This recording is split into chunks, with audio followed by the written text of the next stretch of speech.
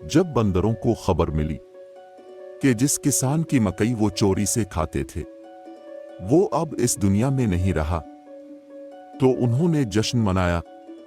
समझे अब कोई रोकने वाला नहीं। मगर अगले साल जब खेत खाली रहे, मकई ना उगी, तो उन पर हकीकत खिली कि जश्न का नहीं, मातम का वक्त था। किसान गया तो खेत सावने हो गए और हम सब भूखे रह गए। आज भी एक किसान तकलीफ में है, इसके दर्द पर हंसने वाले कल इसी दर्द में रोएंगे। इसके मरने की खुशियां ना मनाओ, इसके लिए आवाज अलिफाटिया, इसके साथ खड़े हो जाओ, क्योंकि ज़राअत और किसान हमारी आन, शान और पहचान है।